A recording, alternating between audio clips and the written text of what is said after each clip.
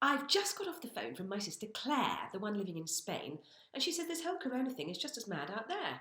You can't go out during the day. The Spanish have practically put them under house arrest. Well, as Claire says, she didn't vote Brexit so the Spanish could tell her what to do. So she was out this morning and she got shouted at by a Spanish policeman. No idea what he was saying, of course, because he didn't speak a word of English. I'd just been shopping for the essentials, satsumas, clementines, other fruits high in vitamin C, suppositories. She says she was in a bit of a bad mood as she hadn't slept a wink because her neighbours were out on their balcony singing bloody opera all night. I noticed a homeless man just sitting on a bench. Not exercising, but just sitting there. What's the law on that?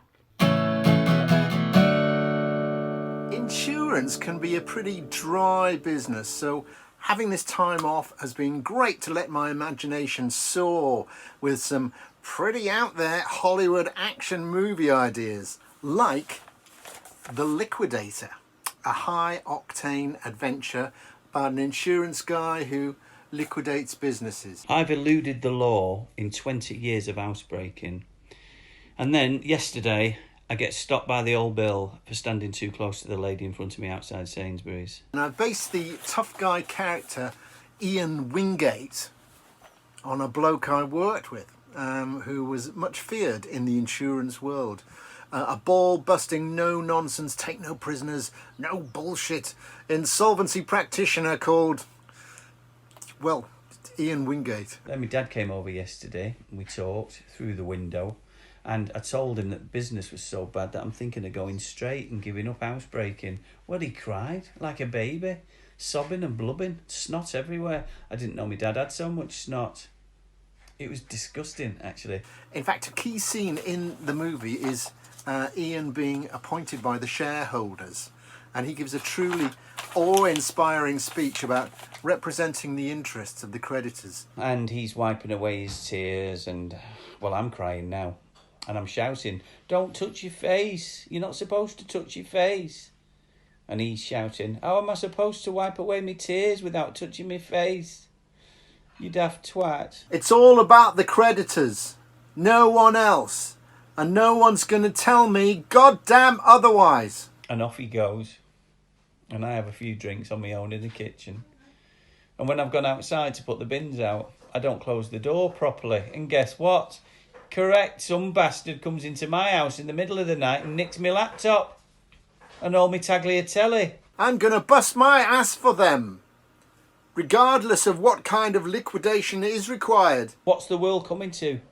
I can't report the laptop because I've nicked it myself and I'll never be able to replace that tagliatelle. Whether it's a goddamn creditors' voluntary liquidation. Anyway, now I can't Skype my young lad who lives in Australia with his mum, and I'd been passing on a few tricks of the trade to him, but I won't bother now.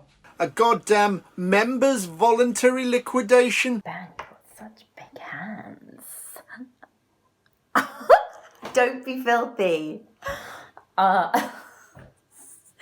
Anyway, Ben, joking aside, do you think you're ready to take things to the next stage? Or a goddamn compulsory liquidation. Let's meet in Tesco's car park in our cars and we can shout through the window. Who's that?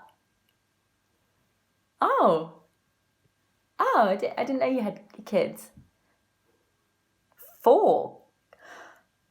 Wow, that's impressive.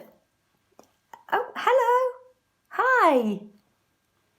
Oh, is she? How long's Mummy self-isolating for then? Just a couple more days.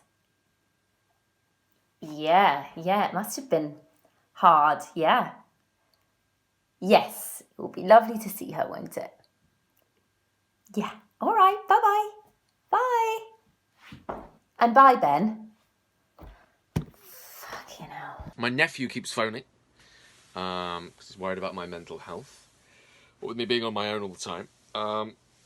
This morning I just had to say to him, Jack, come on, Jack, I'm fine. Okay? I'm sitting out here on the patio in the sunshine, enjoying a delicious bowl of shampoo soup. Well, I feel I've got enough loo rolls now, but I'm a bit worried on the pasta front. Oh, give over the Good news is that I have discovered a hobby, which is great. Probably a bit late to the party, but I'm very excited to say that I have finally discovered racism.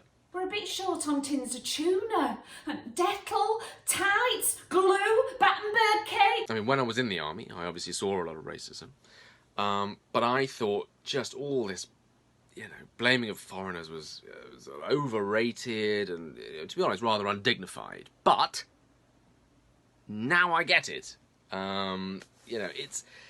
It's a tremendous release, and and I have to say, I really enjoy it. Barry is refusing to go to Morrison's with me to help me. Because we've been banned. Yeah. Racists, just such warm, wonderful people. Just do anything for you. Obviously, as long as you're British. The thing is, Gustav, is I'm feeling well, you're feeling well, so we wouldn't be jeopardising each other's health if you did my hair, which, as you can see, is a catastrophe. No, it is. It is. It is. We're currently focusing our attentions on China, obviously, and you can really feel the energy of the group as we stack up the evidence, blaming them for the wet markets, discussing how they're using it to reassert their role, in international relations, and it's really given me my mojo back. I think doing my hair would be classified as essential work, Gustav, because my mental state really is teetering right now. I mean, look at it. There's no shape. I hear from my cousin in Italy, who's the pasta maker. He make the pasta. They cannot make the pasta fast enough. Oh no, they go like the bloody clappers, but they can't keep up. The bloody English is woofing it down. I'm sure we can do it with the 2-metre gap between us. Perhaps you can design some sort of pole with scissors on the end. I mean, we have to get creative here, Gustav. It's getting critical. You mark my words, those big fat bellies is going to explode like Mount Etna or Mr. Creosote, with the pasta scattering everywhere. It's like confetti at the Prince Harry and the Meghan Markle wedding. It doesn't sound like you're taking this very seriously, Gustav. Look, we can't hang about much longer. It's the roots. Martin Foster here, author of Thinking Out of the Box, self-published. I shall have to take my business elsewhere. I don't know where just yet, but I'm pretty sure there are some hairdressers out there who are happy to give their lives for the women of this country in their hour of need. Now, there's been a lot of discussion about this thing called herd immunity, this notion that we all need to take a little bit of this wretched virus into our bodies, get our bodies fighting against it, and thereby giving the bastard a bloody nose. I like this idea. I think the science is completely rock solid. And as the virus has spread through saliva, I've been taking the advice of a Jedi spunker of Minnesota and going around spitting in people's faces. She was very shocked when I told her. Got a few tears, as you'd expect. Well, I told you I'd tell her. Obviously, I can't move out now while the lockdown's on. No, I can't, because it's not safe. Look, we were thinking, how would you feel about moving in with us? There's plenty of space. Not everyone likes the idea of somebody coming up to them and spitting in their face, but frankly, I don't care, because with this little virus, we have to think right outside of the box. You'd have your own room. Obviously, you'd have to isolate for the first 14 days, but we could bring you meals and stuff. I'm coming!